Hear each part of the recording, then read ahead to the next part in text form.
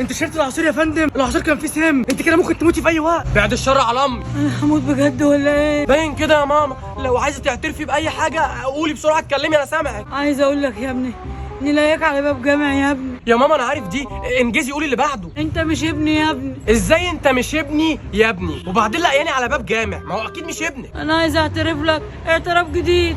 ابوس ايدك قوليه. انا مش امك يا ابني. يا ستي انا خلاص عرفت اننا مش قرايب. عندك حاجه تانية قوليها، مثلا باسورد التليفون، باسورد الفيزا، باسورد النيش، اي حاجه قبل ما تموتي. هتفتح الدولاب. ايوه اموت انا في الدولاب. هترفع الملاية الزرقاء. حلو قوي، رفعتها. هتلاقي تحتها الباص ابيض. ما علينا. ارفع اللباس الابيض هتلاقي تحته. ايوه هتلاقي تحته. جايه اهي. تحته ما تنجزي. هتلاقي علبة جبنة مثلثات قسمها انت واخواتك بالعدل وما تظلمش حد. يا عمي يا ريت